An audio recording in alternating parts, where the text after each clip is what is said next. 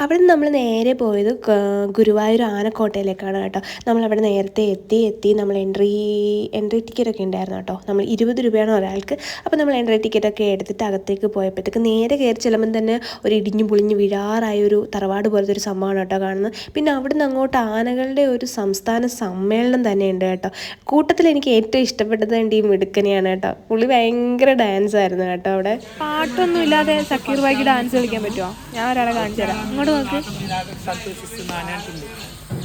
ഞാൻ തിരിച്ചു പോരുന്നതെന്നൊരു ഈ പുള്ളി ഇങ്ങനെ നിന്ന് ആടുമായിരുന്നു. എനിക്കറിയാം മേഡം കാലൊക്കെ കഴിക്കുന്നുണ്ടാവുമോ എന്തോ ആർക്കറിയാം. പിന്നെ അവിടെ നിന്ന് ഞങ്ങൾ നേരത്തെ മുന്നോട്ട് അങ്ങ് നടന്നു കേട്ടോ. കുറേ നടന്നു. അവിടെ ഫുൾ ആനയാണ്, എവിടെ നോക്കിയാൽ ആനകൾ മാത്രമേ ഉള്ളൂ. പിന്നെ എനിക്ക് കുറേ പേരൊക്കെ സഞ്ജു പറഞ്ഞു തന്നു, ഒന്നും എൻ്റെ മൈൻഡില്ല. പിന്നെ മദപ്പാടിലുള്ള ആനകളും ഉണ്ടായിരുന്നു കേട്ടോ. അവിടെ കുറച്ച് അപ്പുറമായിട്ട് ഒരാൾ ഭയങ്കര നീരാട്ടാണ് കേട്ടോ. ഈ നീരാട്ട് കഴിഞ്ഞിട്ട് വേണം കുട്ടിക്ക് മാവ് ഉണ്ണാൻ പോകാൻ വേണ്ടിയിട്ട്.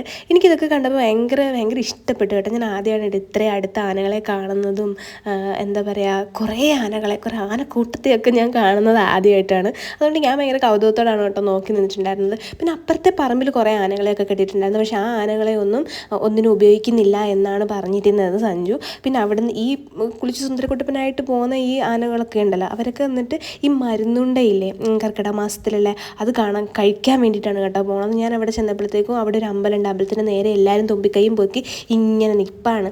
എന്താണെന്നറിയാം, ആ ബക്കറ്റിൽ ഇതുണ്ട് ഈ കുഴയ്ക്കുന്നില്ല, ഈ കുഴയ്ക്കുന്ന സാധനം തിന്നാൻ വേണ്ടിയിട്ടുള്ള നിപ്പാണ് കേട്ടോ.